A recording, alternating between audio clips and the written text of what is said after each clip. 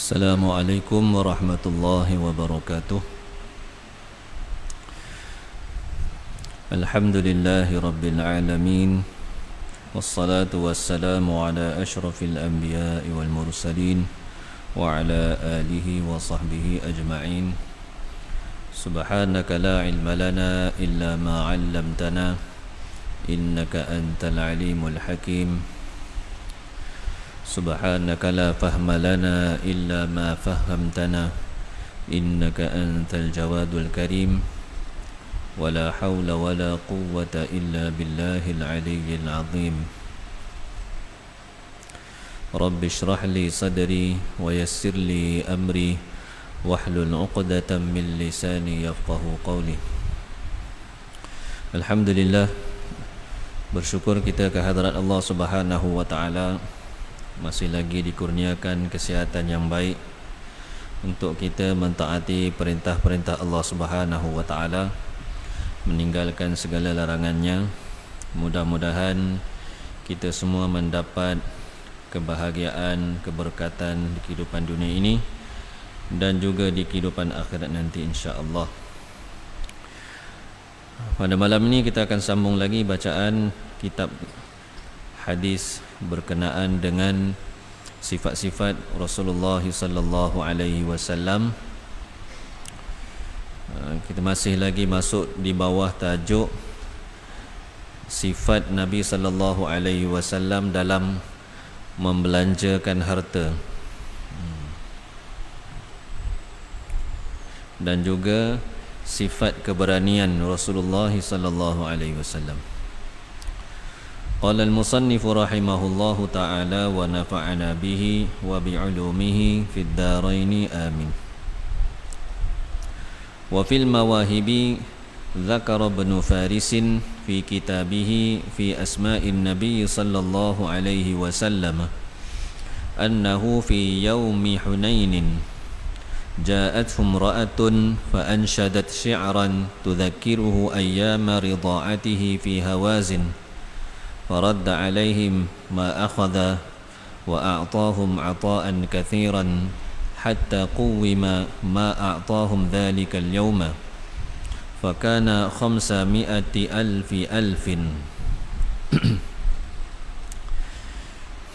disebutkan di dalam kitab Al-Mawahib, yani Al-Mawahibul Ladunniyah, Imam Allamah Ibn Faris telah menyebutkan di dalam kitab beliau berkenaan dengan nama-nama Nabi sallallahu alaihi wasallam bahawa baginda sallallahu alaihi wasallam pada hari peperangan Hunain. Peperangan Hunain ini berlaku pada tahun 8 Hijrah, bulan Syawal. Ada riwayat sebut 3 Syawal, bau raya.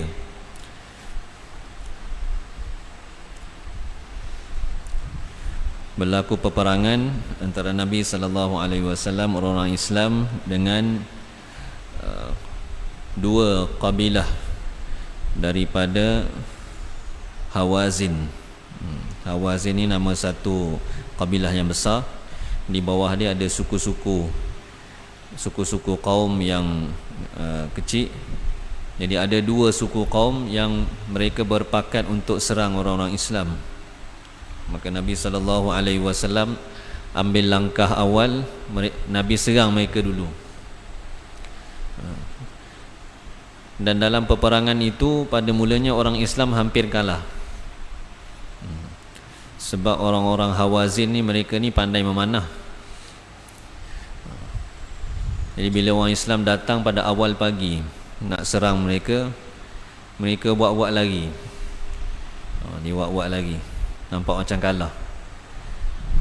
Bila orang Islam ingat musuh dah kalah dah, sebab pada hari itu orang Islam ramai, 12,000 orang. Dan dalam hati orang Islam, Allah Ta'ala sebut dalam Al-Quran, idh a'jabatkum kathratukum. Pada waktu itu jumlah bilangan kamu yang ramai ini menyebabkan kamu jadi gembira, rasa belum ni sikit menang dah. Hari ni ramai, memang tak kalah lah. Tapi berlaku sebaliknya, musuh datang serang balik. Bila orang Islam mula nak kumpulkan harta-harta ghanimah pada waktu itu, tiba-tiba datang musuh, mari serang dengan anak panah. Pada waktu itu habis lagi, tinggallah Nabi SAW bersama, ada riwayat sebut 100 orang je daripada 12,000 tu. Tinggal 100 orang ya yang bertahan bersama Nabi SAW. Ada riwayat sebut 80 orang. Sikit. Tapi selepas itu Allah Ta'ala bagi bantuan, orang Islam menang juga. Nabi ambil pasir, Nabi baca, kemudian Nabi campakkan pasir itu, habis semua orang musyrikin ni, dia jadi galik, kalah, paksa lari juga. Jadi pada waktu itu tawanan perang banyak. Kita baca minggu lepas Nabi bebaskan sehingga 6,000 orang. 6,000 orang tawanan daripada kabilah Hawazin. Jadi ini antara peristiwa yang berlaku selepas peperangan itu. Datang kepada baginda sallallahu alaihi wasallam seorang wanita, dan dia telah membacakan syair yang mengingatkan baginda tentang hari-hari baginda sallallahu alaihi wasallam menyusu dengan Halimah As-Sa'diyah. Halimah As-Sa'diyah ni dia daripada suku Bani Sa'ad. Suku Bani Sa'ad ni duduk bawah kabilah Hawazin ni. Ni perempuan ni ingatkan Nabi tentang hari-hari yang Nabi SAW berada di kawasan kabilah Hawazin ni, menyusu pada waktu itu, supaya Nabi SAW kesian pada mereka, lepaskan tawanan mereka. Jadi disebabkan itu baginda sallallahu alaihi wasallam telah memulangkan semula kepada mereka apa yang baginda dah ambil. Tawanan-tawanan Nabi pulangkan semua, harta-harta. Dan baginda sallallahu alaihi wasallam telah memberi kepada mereka pemberian yang banyak. Maksud pemberian yang banyak ni, harta-harta rampasan yang ada pada waktu itu Nabi pulangkan semua sekali. Sehingga dinilaikan jumlah harta yang baginda sallallahu alaihi wasallam beri kepada mereka pada hari tersebut, nilai dia 500,000. 5 juta nilai dia. Pada hari itu Nabi bagi, yakni Nabi pulangkan semula harta-harta rampasan. Harta rampasan ni antara harta yang paling halal, paling bersih. Harta rampasan perang. Tapi ada syarat-syarat dia lah. Nabi bagi. Nak beritahunya pemurahnya Nabi sallallahu alaihi wasallam. Walaupun dapat tu dengan perang, bukan boleh saja perang. Kena bersedia untuk korbankan nyawa. Tapi Nabi bagi. Qala Ibnu Dihyah, wa hadha nihayatul judi alladhi lam yusma' bimithlihi fil wujudi. Kata Ibnu Dihyah, apa yang baginda sallallahu alaihi wasallam buat ini adalah tahap sifat pemurah yang paling tinggi, yang tidak pernah didengar pemurah yang seperti ini pernah ada sebelum itu. Ini sifat pemurah Nabi sallallahu alaihi wasallam ni tak pernah didengar ada orang bagi macam Nabi bagi ni. Dia dapat dan dibagi. Raja-raja pada waktu tu pun tak ada orang bagi gitu. Raja-raja yang besar pada waktu itu, Rom, Parsi, pun tak sampai macam tu. Wa an Aisyah radhiyallahu taala anha anna an-nabiy sallallahu alaihi wasallam kana yaqbalu al-hadiyata wa yuthibu 'alaiha. Diriwayatkan daripada Sayyidatina Aisyah radhiyallahu anha, bahawa Nabi SAW menerima hadiah. Nabi kalau ada apa-apa harta sampai kepada Nabi akan ditanya, ini hadiah ke sedekah? Yang ni zakat. Sedekah ni zakat lah. Kalau sedekah, Nabi tak usik, Nabi tak ambil, Nabi bagi pada sahabat-sahabat. Kalau hadiah, Nabi ambil. Cuma sifat Nabi SAW, Nabi terima hadiah wa yuthibu 'alaiha, dan baginda SAW akan membalas hadiah tu. Nabi dapat hadiah, Nabi balas balik hadiah. Ini antara sunnah juga. Orang beri apa-apa kepada kita, kita balas balik. Kita balas balik. Sunnah. Jiran kita hantar kepada kita, dia pergi berjalan beli makanan ke apa ke, buah ke, buah tangan, bagi ke kita, kita bagi balik, balas balik. Balas balik pada waktu itu. Kalau di India, Pakistan, kalau kita pergi ziarah ulama dia, kita bawa hadiah, kita jadi malu. Sebab kita bagi sikit, dia bagi banyak lagi. Kita yang jadi malu. Ini amal sunnah. Kita bagi minyak wangi botol kecil aja, dia balas besar lagi. Masya Allah. Jadi ini sunnah Nabi SAW. Cuma kata ulama,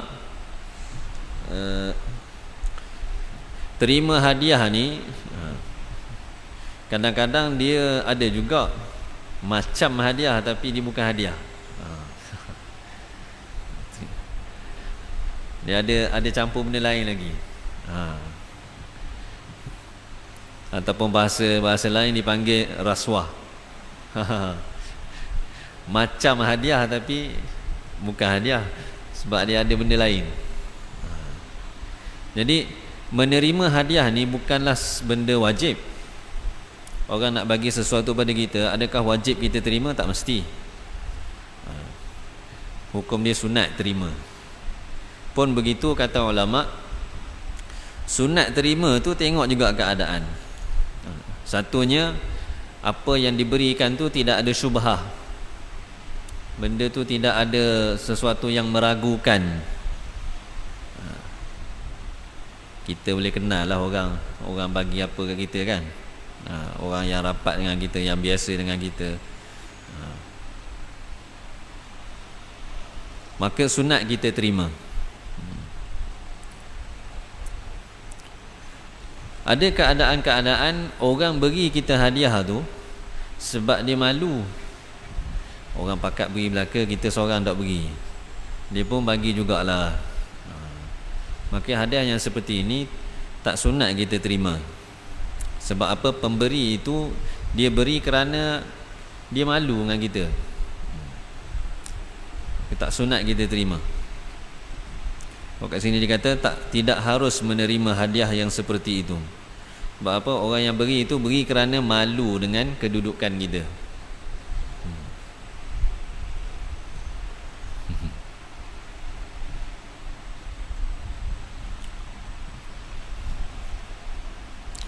Nabi SAW sebut dalam hadis, la yahillu malu mri'in muslimin illa an tibi nafsin. Tidak halal harta seorang Islam, yakni untuk orang lain, melainkan daripada hati yang bersih. Maksudnya orang yang begitu memang dia ikhlas nak bagi kita. Yang ni halal untuk kita terima.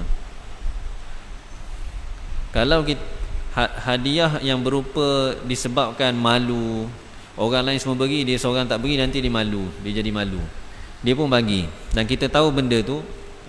Jadi pemberian dia tu adalah pemberian secara terpaksa, seolah-olah kita ambil harta dia.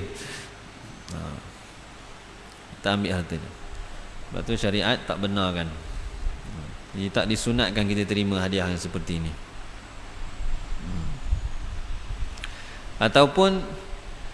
Orang yang beri hadiah tu dia nak balasan. Dia nak balasan. Walaupun bukan sekarang. Kita tahu dah. Ada bau-bau macam rasuah sikit. Dia nakkan balasan. Sebab apa kita tak wajib terima? Sebab menerima sesuatu daripada orang ni, dia ada satu bentuk dalam bahasa Arab dipanggil minnah. Minnah ni macam jasa, kenang budi. Mengenang budi ni adalah sesuatu yang berat dari segi syarak untuk orang, untuk manusia ni. Maksudnya kita ambil, kemudian kita terhutang budi. Terhutang budi tu dia ada hukum dia di situ. Ada hukum dia di situ. Dalam banyak masalah lah. Sebab tu dalam ada masalah-masalah fiqh yang contohnya satu orang dia tak ada air. Tidak ada air. Nak berwuduk. Kemudian ada orang tawarkan air. Maka adakah wajib dia terima? Dia tak wajib terima. Sebab di situ dia ada minnah tu, kenang budi tu. Ni time tak ada. Kayak gini nanti orang tu tak ada, kita pula jadi rasa kalau hari tu dibagi, kita tak bagi hari ni, jadi tu dipanggil minnah, kenang budi.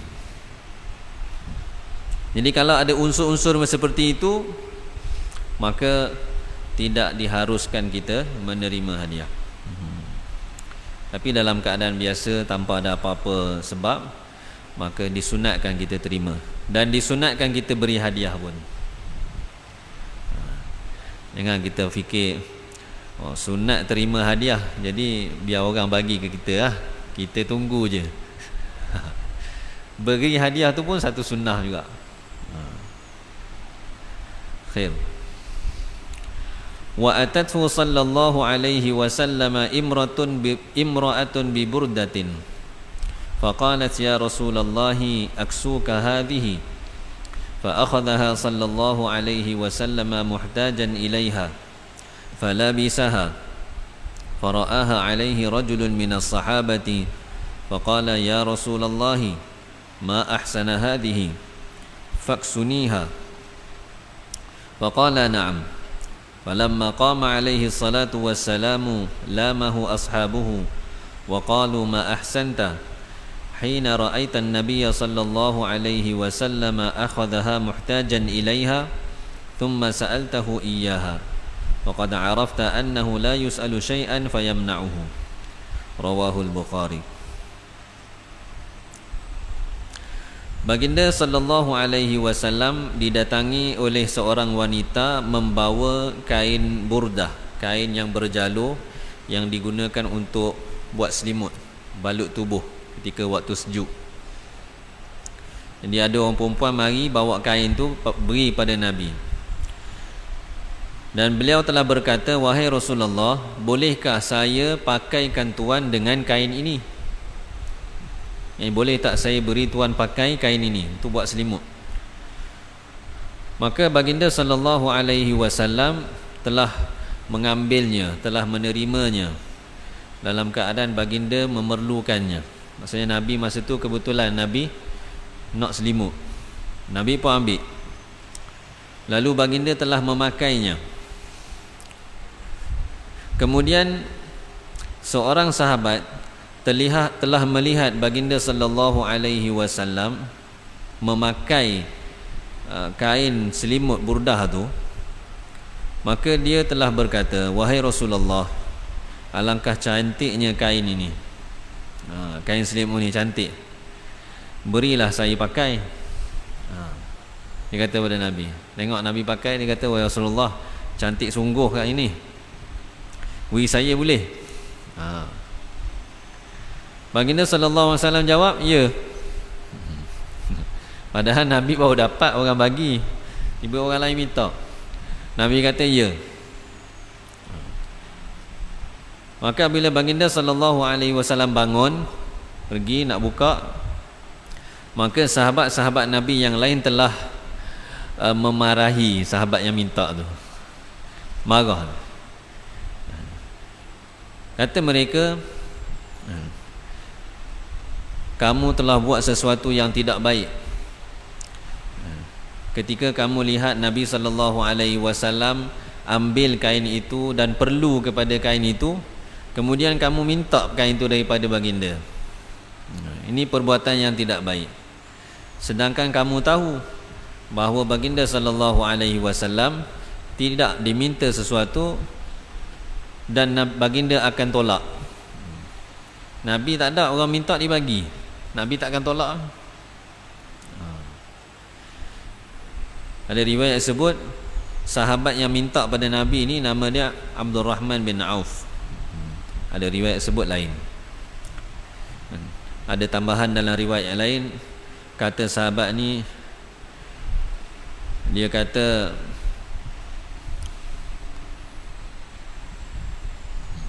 tujuan saya minta kain ni adalah untuk mendapatkan keberkatan baginda sallallahu alaihi wasallam. Mudah-mudahan kain ini boleh menjadi kain kafan saya. Saya boleh dikafankan dengan kain ini. Ini permintaan sahabat. Dia minta tu bukan sebab dia nak kain tu, tapi dia nak keberkatan sebab Nabi dah balut tubuh Nabi dengan kain selimut tu. Jadi jasad Nabi dah kena pada kain tu, nak ambil berkat tu. Jadi dalam hadis ni Nabi SAW bagi. Tu nak tunjuknya pemurahnya Nabi. Walaupun baru boleh, terus bagi. Kalau kita biasa orang bagi, kalau ada orang minta, kalau kita nak bagi, dia kata tunggu dulu, masih bagi try dulu. Baik kita try dulu, baru kita bagi. Nabi tak minta, ya bagi terus. Allahu Akbar. Wa kana sallallahu alaihi wasallam rahiman. Adalah baginda sallallahu alaihi wasallam sangat penyayang. Sayang Nabi sallallahu alaihi wasallam ni bukan setakat pada orang Islam, bahkan terhadap musuh-musuh Islam pun Nabi sayang. Sebab umat manusia ni semua umat Nabi belaka. Yang tidak disukai itu adalah sifat dia tu. Orang buat jahat, kita ada hak untuk marah, untuk tidak suka sifat jahat tu. Tapi tuan punya badan tu sebenarnya tak berhak untuk kita marah. Nabi kata, kalau kita nak marah dosa yang dibuat tu. Tetapi pendosa tu kita tak boleh letak dalam hati bahawa dia ni jahat. Sifat tu kita tak suka, tapi orang tu kita kena sayang. Lebih-lebih lagi orang yang jauh daripada hidayat. Jauh daripada hidayat, kita kena sayang ke dia.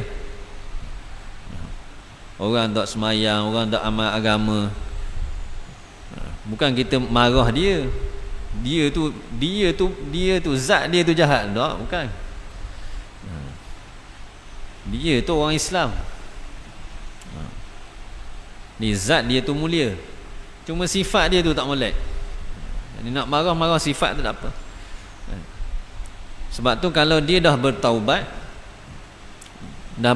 maka kita tidak ada hak nak letak dalam hati kita rasa benci pada orang tu. Sebab sifat dia tu dia dah bertaubat dah.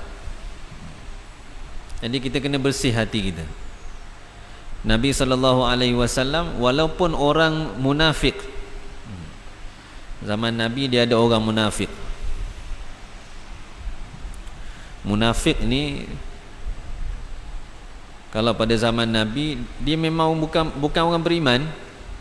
Hanya lidah dia je kata duduk depan Nabi, kata dia beriman, dia ikut Nabi, tapi hati dia kosong.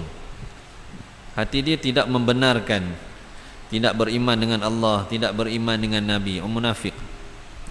Zaman kita ni tak ada orang munafik. Kita tak boleh kata munafik ni, orang ni munafik, orang ni tak boleh. Sifat tu boleh lah, dia ada sifat, ciri-ciri tu ada. Nak kata je tak ada. Zaman Nabi memang Allah Ta'ala turunkan wahyu, bagi tahu. Untuk orang munafik pun Nabi SAW, walaupun Nabi tahu dia tu tak beriman sebenarnya, dia tak beriman sebenarnya, tapi Nabi tetap sayang. Ketua orang-orang munafik zaman Nabi, Abdullah bin Ubay bin Salul, ini Raisul Munafiqin, ketua orang munafik. Ketika dia meninggal dunia, Nabi sendiri nak semayangkan jenazah dia. Sebab Nabi punya kasihannya terhadap orang ni, takut nanti dia masuk dalam kubur kena siksa. Nabi nak semayangkan dia, mudah-mudahan dengan Nabi solatkan jenazah dia, Allah Ta'ala maafkan dia.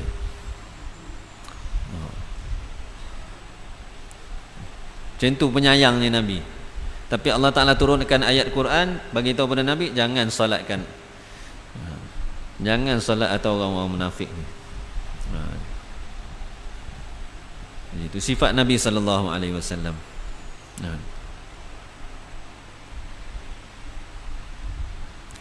Wa kana la ya'tihi ahadun illa wa'adahu wa anjazalahu in kana indahu. Dan adalah baginda sallallahu alaihi wasallam tidak datang kepada baginda sesiapa pun, melainkan baginda akan menjanjikan orang itu dengan sesuatu. Kalau ada orang datang pada Nabi minta sesuatu, Nabi akan janji untuk beri sesuatu, dan baginda akan memberi kepada dia sekiranya ada pada baginda pada waktu itu. Tapi kalau tak ada, kita dah baca dah sebelum ni hadis, Nabi sanggup suruh orang tu berhutang, dan hutang itu serah pada Nabi. Nabi tanggung hutang dia, Nabi yang akan bayar.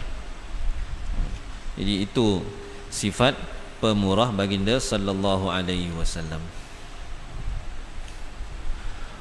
Wa amma syaja'atu Rasulillah sallallahu alaihi wasallam, adapun keberanian Rasulullah sallallahu alaihi wasallam, faqad kana sallallahu alaihi wasallam anjadan nasi, sesungguhnya baginda sallallahu alaihi wasallam adalah manusia yang paling banyak mempunyai sifat keberanian.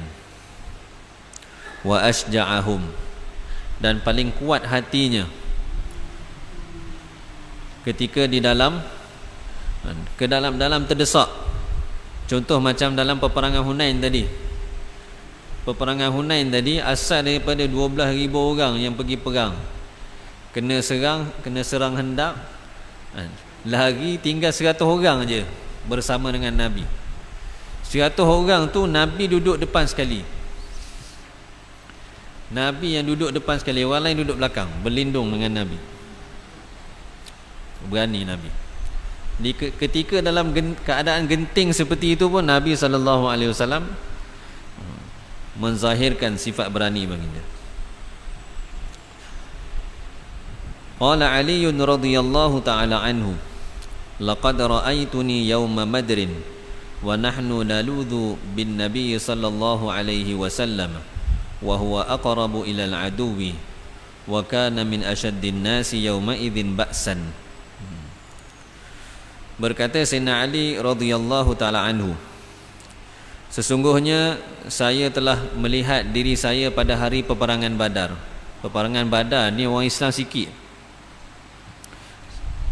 Peperangan Badar, sebab asalnya nak pergi sekat rombongan berniaga, tapi jadi perang. Pergi sekat rombongan berniaga, berapa orang je, kemudian jadi peperangan. Dan dalam keadaan orang Islam serba tidak cukup. Jadi kata Sayyidina Ali, pada hari peperangan Badar, kami berselindung di belakang Nabi sallallahu alaihi wasallam. Itu peperangan pertama orang Islam bersama dengan Nabi.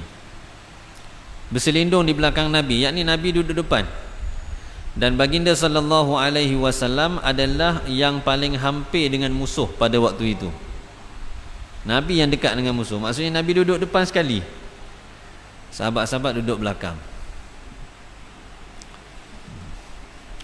Dan adalah baginda sallallahu alaihi wasallam adalah manusia yang paling kuat menyerang pada hari itu.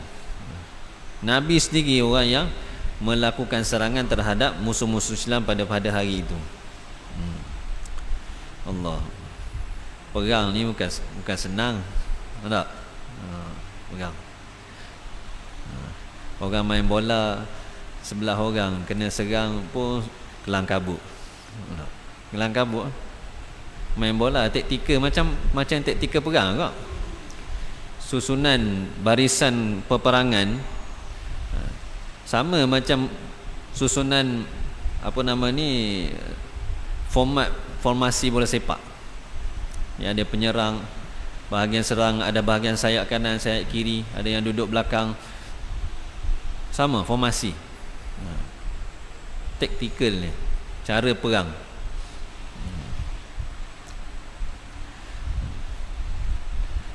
Kalau tengok orang lawan bola, kau kena pasukan yang lemah-lemah tu memang kelang kabut. Kena lawan pasukan yang kuat, berterabur sekali, kelang kabut, tak boleh buat benda. Jadi begitulah dalam peperangan pun. Perang lagi dahsyat lagi. Lebih-lebih lagi orang Islam pada waktu tu sikit 313 ya. Nak lawan musuh sekali ganda.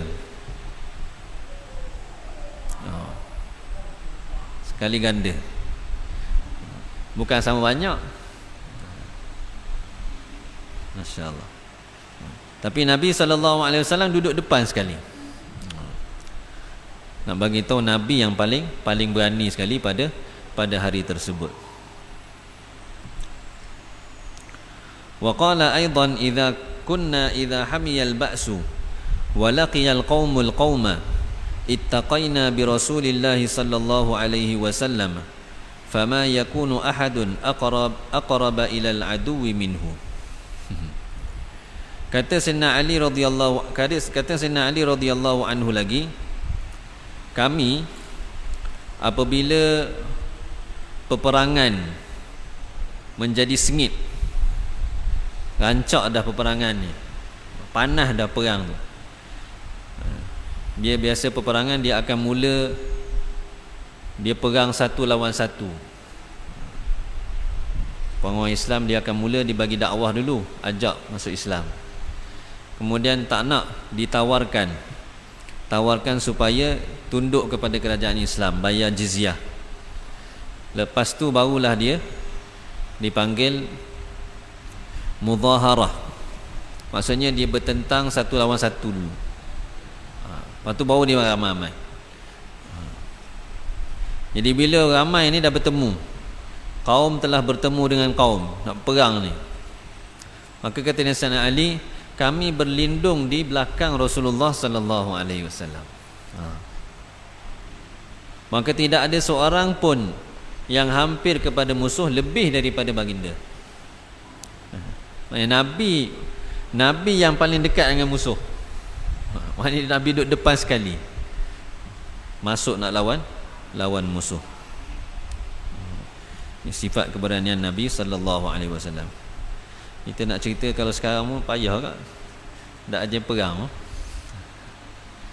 Nak cerita suasana dia tu tak boleh nak bayang. Kalau orang yang askar mungkin kot, dia boleh bayang sikit lah situasi peperangan tu.